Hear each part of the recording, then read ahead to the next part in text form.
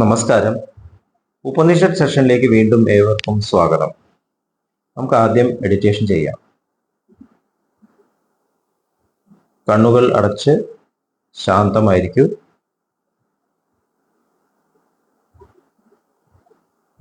ഭൂമി മാതാവിനോടും സർവചരാചരങ്ങളോടും അന്തരീക്ഷത്തോടും കൃതജ്ഞത രേഖപ്പെടുത്തൂ. ഭൂമി മാതാവിൽ നിന്നുമുള്ള ഹീലിംഗ് എനർജി കാലുകളിലൂടെ പ്രവേശിച്ച് ശരീരം മുഴുവൻ വ്യാപിക്കുന്നതായും ശരീരത്തിലെ എല്ലാ ഭാഗങ്ങളെയും എല്ലാ കോശങ്ങളെയും റിലാക്സ് ചെയ്യാൻ സഹായിക്കുന്നതായും അനുഭവിക്കും. ഇപ്പോൾ ശരീരം പൂർണ്ണമായും റിലാക്സ്ഡ് ആയി. ഈ റിലാക്സേഷൻ ഹൃദയത്തിൽ അനുഭവിക്കും. ശ്വാസം ദീർഘമായി ഉള്ളിലേക്ക് എടുക്കൂ. ഹൃദയത്തിൽ സ്നേഹം നിറയുന്നതായി അനുഭവിക്കൂ.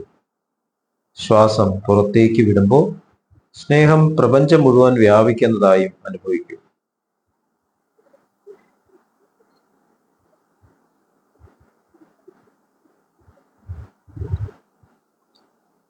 ഹൃദയത്തിൽ കുടികൊള്ളുന്ന സ്നേഹത്തിന്റെ സ്രോതസ്സിൽ നിന്നും ഉദ്ഭവിക്കുന്ന ദിവ്യപ്രകാശം മനസ്സിനെ ആകർഷിക്കുന്നതായി അനുഭവിക്കും. ആ ദിവ്യപ്രകാശത്തിൽ ധ്യാനം ആരംഭിക്കും. മനസ്സിൽ ചിന്തകൾ വരുന്നുണ്ടെങ്കിൽ മൃദുവായി അവയെ അവഗണിക്കുക. ദിവ്യപ്രകാശത്തിൽ ധ്യാനം തുടരുക. Please start meditation.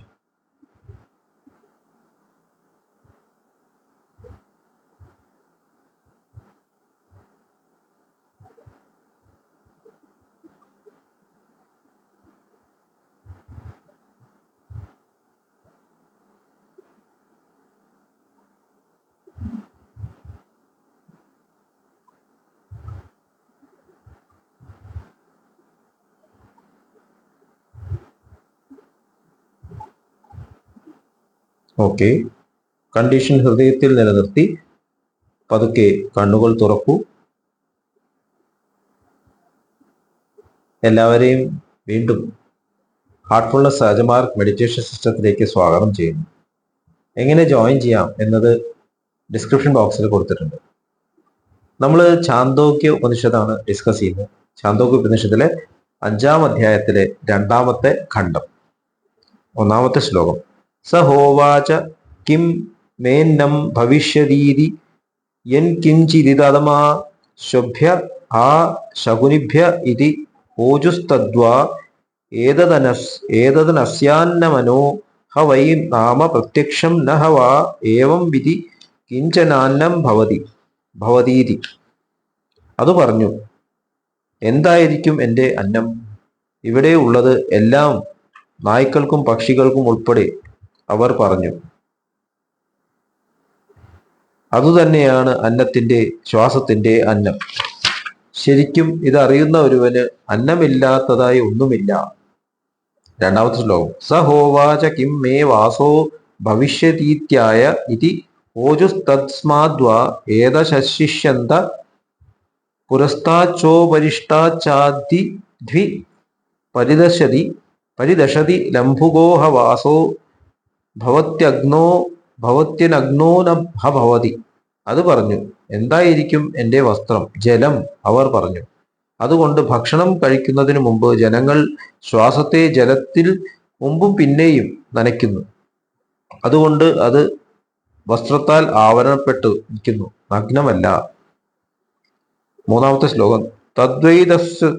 തദ്വൈതത് സത്യകാമോ ജപാലോ ഗോശ്രുതത്യൈ വയാഘ്രപദ്യാദ്യോക്തോവാച യദ്യപ്യേന ശുഷ്കായ സ്ഥാവർണേ ബ്രൂയാജ്ജായേരന്യേവാസ്മിച്ഛാഖാഃ പരോഹേയുഃ പലാശനീതി. സത്യകാമ ജപാല ഇത് ശ്രോശ്രുതു വയ്യഘ്രവാബ്ദിനോട് പറഞ്ഞപ്പോൾ ഇതുകൂടി പറഞ്ഞു, ഒരു ഉണങ്ങിയ മരത്തിന്റെ തണ്ടിനോടും ഇത് ഒരുവൻ പറയുകയെങ്കിൽ തണ്ടുകളും ഇലകളും വളർന്നു വരും. 4-ാമത്തെ ശ്ലോകം. അഥഹ യതി महज् महज्जिगामेषि षेदमावास्यायां दीक्षित्वा पौर्णम्यास्यां रात्रौ सवौषध्यस्य मत्थं मन्थं दधिमगुणोरुपमथ्य ज्येष्ठाय ശ്രേഷ്ഠായ സ്വാഹേത്യഗ്നാവാജ്യസ്യ ഹുത്വാ മന്ധേ സമ്പാദമവനയേത്. ഒരുവൻ എന്തെങ്കിലും മഹത്വമുള്ളതിൽ എങ്ങനെ എത്തണമെന്ന് ആഗ്രഹിക്കുന്നുണ്ടെങ്കിൽ അവൻ അമാവാസിയിൽ ദീക്ഷയെടുക്കണം. പൗർണമി രാത്രിയിൽ എല്ലാ തരത്തിലുള്ള ഔഷധക്കൂട്ടുകളും പിരിഞ്ഞ പാലും തേനുമായി മിശ്രണം ചെയ്യണം. ഏറ്റവും മഹത്തരമായ നന്മയ്ക്ക് എന്ന് ചൊല്ലി ഉരുക്കിയ വെണ്ണ അഗ്നിയിൽ അർപ്പിക്കണം. ബാക്കി ആ മിശ്രണത്തിൽ ചേർക്കണം. അഞ്ചാമത്തെ, വസിഷ്ഠായ സ്വഹേത്യഗ്നാവാജ്യസ്യ ഹുത്വാ മന്ധേ സമ്പാദമവനയേത് പ്രതിഷ്ഠായൈ സ്വാഹേത്യാഗ്നാവാജ്യസ്യ ഹുത്വാ മന്ധേ സമ്പാദമവനയേത് സമ്പദേ സ്വാഹേത്യാഗ്നാവാജ്യസ്യ ഹുത്വാ മന്ധേ സമ്പാദമവനയേതായ തനയായ സ്വാഹേത്യഗ്നാവാജസ്യ ഹുത്വാ മന്ധേ സമ്പാദമവനയേത്. ഏറ്റവും മഹത്തരത്തിന് സ്വാഹ.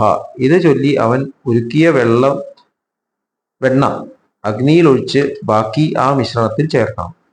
ശക്തമായ അഗ്നി അടിത്തറയ്ക്ക് സ്വാഹ എന്ന് ചൊല്ലി ഉരുക്കിയ വെണ്ണ അഗ്നിയിൽ ഹോമിക്കണം. എന്നിട്ട് ബാക്കി മിശ്രണത്തിൽ ചേർക്കണം. വാസസ്ഥാനത്തിന് സ്വാഹ എന്ന് ചൊല്ലി വീണ്ടും ഇത് തന്നെ ചെയ്യണം.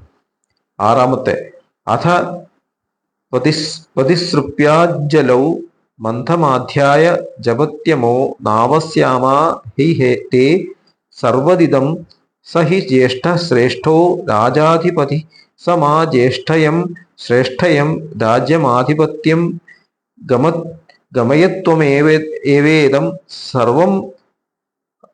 സർവമസാനീതി. അതിനുശേഷം അഗ്നിയിൽ നിന്നും തിരികെ വന്ന് കൈകളിൽ മിശ്രണം എടുത്ത് പറയണം, അങ്ങാണ് അവൻ, അതായത് തത്വമസി. ഈ ലോകം മുഴുവൻ അങ്ങയ്ക്ക് ഗൃഹമാണ്. അങ്ങാണ് ശ്രേഷ്ഠൻ, രാജാവും. ഏഴാമത്തെ ശ്ലോകം, അഥ ഖൽവേവർച്ചായച്ച ആജാമതി ഇത്യാജാമതി വയം ദേവസ്യ ഭോജനമിത്യായാമതി ശ്രേഷ്ഠം സർവധാതമിത്യജാമതി തുരം ഭഗസ്യ ധീമഹോതി സർവം പിബതി. ശരിക്കും ഈ ഋഗ്വേദ ശ്ലോകം ചൊല്ലി ഓരോ കവിൾ കുടിച്ചു പറയുന്നു, അന്നം ഈശ്വരന്റെ സവിതൃകളാണ്. ഒരു കവിൾ കുടിക്കുന്നു. നമുക്കുള്ളത് ആണ് നാം തിരഞ്ഞെടുക്കേണ്ടത്. ഒരു കവിൾ കൂടി കുടിക്കുന്നു. ഏറ്റവും മഹത്തരം പുനരുജ്ജീവിപ്പിക്കുക എന്ന് ഒരു കവിൾ കൂടി എടുക്കുന്നു. ദാതാവിന്റെ ശക്തി നമുക്ക് ലഭിക്കട്ടെ. ഒരു കവിൾ കൂടി കുടിക്കുന്നു. എട്ടാമത്തത്, നിർനിജ്യ കാംസം വാ പശ്ചാദഗ്നേ സംവിശതി ചർമ്മഭി വാ സ്ഥണ്ഡിലേ വാ വാചം യൂമോടപ്രസാഹ സ യതി സ്ത്രീയം പശ്യേത് സമൃദ്ധം കർമ്മതി വിദ്യാ.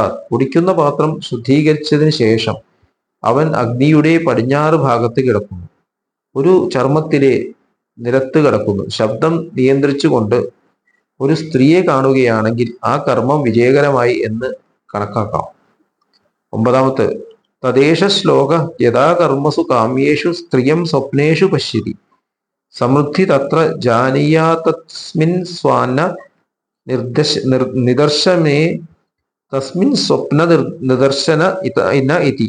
ഇത് ഇനി പറയുന്ന ശ്ലോകം ഇതാണ്. കർമ്മങ്ങൾ ഒരു ആഗ്രഹത്തിനായി ചെയ്യുമ്പോൾ, ഒരു സ്ത്രീയെ സ്വപ്നത്തിൽ കാണുമ്പോൾ വിജയം ആ സ്വപ്നത്തിൽ അവൻ മനസ്സിലാക്കുന്നു.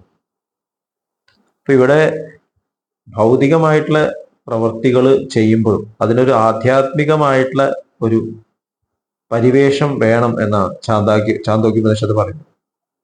നമ്മൾ എന്ത് പ്രവൃത്തി ചെയ്യുമ്പോഴും അതിൽ നമ്മൾ ഡിവൈൻ ആയിട്ടുള്ള സ്മരണയോട് ചെയ്യണം എന്ന് സഹജമാർഗം നമ്മളെ പഠിപ്പിക്കുന്നു.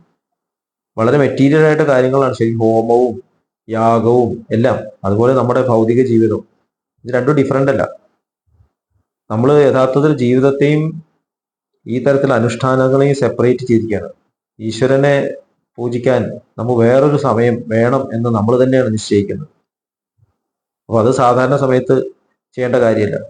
നമ്മുടെ നിത്യജീവിതത്തിൽ നമ്മൾ ജോലികൾ ചെയ്യുന്നു.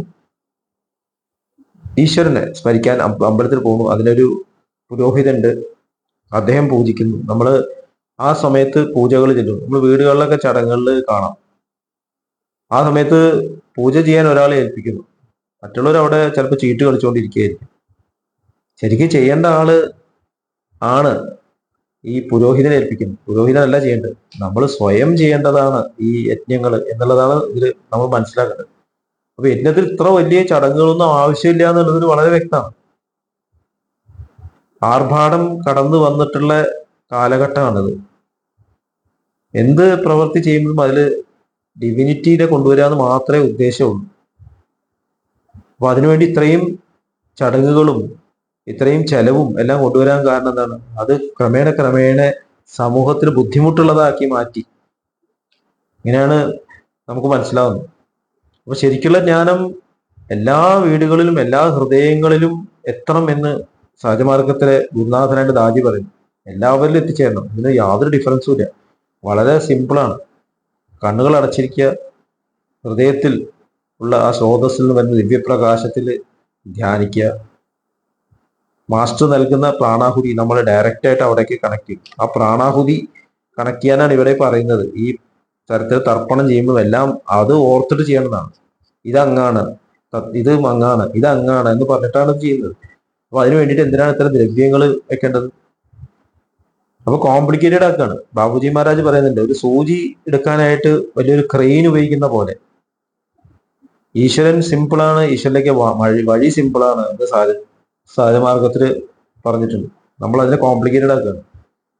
സിമ്പിളായിട്ട് എന്തെങ്കിലും കാര്യം പറഞ്ഞാൽ ഇത്ര സിമ്പിളാവാൻ വഴിയില്ല. അതുകൊണ്ട് ആൾക്കാർ ചിലപ്പോൾ സ്പിരിച്വാലിറ്റി വിട്ടുപോകും. ഹാർട്ട്ഫുൾനെസ്സിന് ഉണ്ടാവുന്ന പ്രശ്നങ്ങൾ ഇതിന്റെ സിംപ്ലിസിറ്റിയാണ്. സിംപ്ലിസിറ്റിയാണ് ഇതിന്റെ മറ എന്നാണ് ബാബുജി മഹാരാജ് പറഞ്ഞത്. അപ്പൊ നമ്മൾ ഇങ്ങനെ ഒരുപാട് ചടങ്ങുകൾ ചെയ്യുമ്പോൾ എന്തൊക്കെയോ ഉണ്ടാവും എന്ന് പറഞ്ഞിട്ട് അവിടെ ആൾക്കാർ കൂടും. കുറെ ചെലവുണ്ട്, കുറെ സാധനങ്ങൾ അവിടെ കത്തിക്കണം, ഒരു 2-3 മണിക്കൂർ സമയം.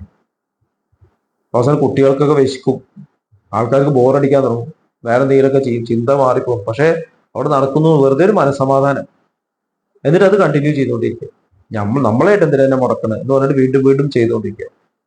അപ്പോൾ പുറമേ ഉണ്ടാവുന്ന പ്രശ്നങ്ങളുടെ ഉത്തരവാദി ഞാനാണ്. കറക്ഷൻ നടത്തേണ്ട എൻ്റെ ഉള്ളിലല്ലേ. പുറമേ വെള്ളം ഒഴിച്ചു കഴിഞ്ഞാൽ എൻ്റെ ഉള്ളിൽ എങ്ങനെ കറക്ഷൻ വരിക? മുള്ള നസറുദ്ദീന്റെ കഥ പോലെ വീട്ടില് കളഞ്ഞുപോയ താക്കോല് സ്ട്രീറ്റ് ലൈറ്റിന്റെ അടുത്ത് അന്വേഷിച്ചിട്ട് അടിയിൽ അന്വേഷിച്ചിട്ട് കാര്യം എന്താണ്? ഇവിടെ വെളിച്ചമുണ്ട്, അതുകൊണ്ടാണ് ഞാൻ ഇവിടെ അന്വേഷിക്കുന്നത് എന്നാണ് മുള്ള പറയുന്നത്. ഇത് തമാശയാണെങ്കിലും ഇത് സീരിയസ് ആയ കാര്യം. അന്വേഷിക്കേണ്ട അടുത്ത് അന്വേഷിക്കണം, കറക്റ്റ് ചെയ്യേണ്ട അടുത്ത് കറക്റ്റ് ചെയ്യണം. ഇവിടെയാണ് ഹാർട്ട്ഫുൾ സഹജമാർഗം നമ്മളെ പഠിപ്പിക്കുന്നത്. അപ്പൊ നമ്മൾ ഇതെല്ലാം വായിക്കുമ്പോഴും നമ്മൾ എത്രത്തോളം മനുഷ്യൻ കാര്യങ്ങൾ കോംപ്ലിക്കേറ്റ് ചെയ്തു എന്നുള്ളതാണ് ഇതിൽ മനസ്സിലാക്കുന്നത്. അപ്പൊ ചെയ്യേണ്ടാത്ത കാര്യങ്ങൾ ചെയ്യണ്ട എന്നും കൂടി നമ്മൾ പഠിക്കേണ്ട ആവശ്യമുണ്ട്. ബാബുജി മഹാരാജ് പറയുന്നുണ്ട്, കുറെ തെറ്റുകളുടെ കൂടെ ഒരു തെറ്റുകൂടി കൂടി കൂട്ടി എന്നാണ്. അപ്പൊ ഈ കോംപ്ലിക്കേറ്റഡ് ആകുമ്പോൾ ആർക്കും ഇത് സാധ്യമല്ല, ചിലർക്ക് മാത്രമേ സാധിക്കുള്ളൂ. സംസ്കൃതം അറിയണം, കുറെ ചടങ്ങുകൾ അറിയണം, എങ്കിൽ മാത്രമേ ഈശ്വരനെ സമീപിക്കാൻ പറ്റുള്ളൂ എന്നൊരു സിറ്റുവേഷൻ നമ്മൾ സൃഷ്ടിച്ചിരിക്കുകയാണ്. ഇതിനൊന്നും ആവശ്യമില്ല എന്നുള്ളത് ഹാർട്ട്ഫുൾനെസ്സിൽ വന്നവർക്ക് അറിയാം. എല്ലാവരും വീണ്ടും ഹാർട്ട്ഫുൾനെസ് സഹജമായ മെഡിറ്റേഷൻ സിസ്റ്റത്തിലേക്ക് സ്വാഗതം ചെയ്യുന്നു. അടുത്ത സെഷൻ വരെ വിട വാങ്ങുന്നു. നന്ദി, നമസ്കാരം.